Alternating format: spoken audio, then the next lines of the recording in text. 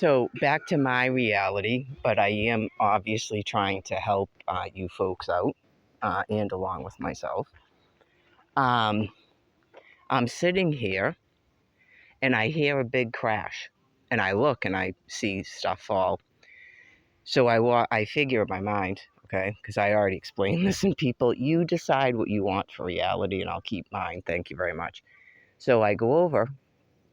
The first odd thing is I don't see any branches because it probably is not as big as it sounds when it falls. And then I noticed that picnic table over there is like missing a big part of it, like previously a tree may have fallen on it. And then I looked at the tree, and there it is, my chipmunk, because I figured that my chipmunk was responsible for this. And then I gathered a couple of pieces of wood that could have actually been what fell, not being as large as I thought. But in my opinion, I explained it at Harold Parker. They do that, like, hey, over here, and you see them and you hear the rustling and stuff for gathering kindling.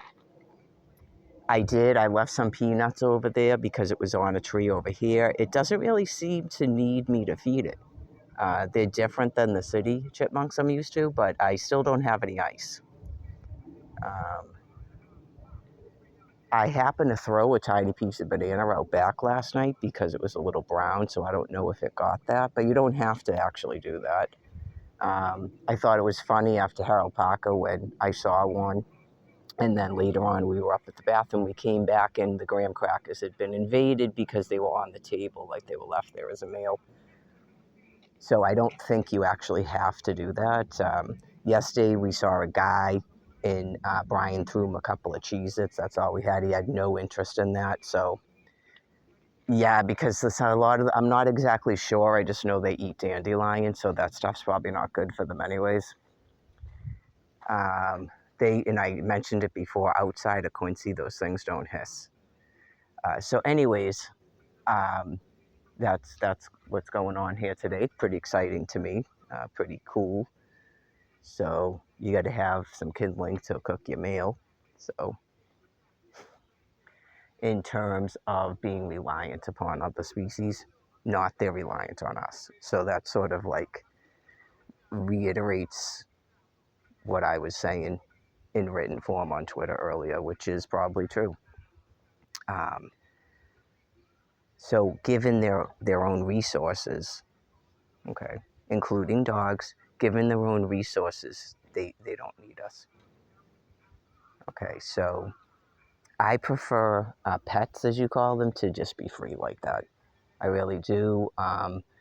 I like my dogs. They definitely were cute. I'm not saying I'd never have a Shorty Jack again. They are extremely cute, but having a dog is a huge responsibility, so I'd have to think about it, especially with all these trips. I'd have to wait at least till my trips are over. That's a long time to board a dog, 23 days. You no longer have a dog at that point. Just know that. I didn't really want to get into it too much when Tommy passed. About they do just reattach to another person. Once you eliminate that person's smell out of the house, they just reattach to another person. So uh, clearly in the wild, they're not doing that. Yeah, I don't find them to be doing that. I don't think my coyotes have done that. I don't think they've reattached to others that they weren't attached to before. So just the dogs, the domesticated dogs, are just like really beaten down. It's kind of sad, but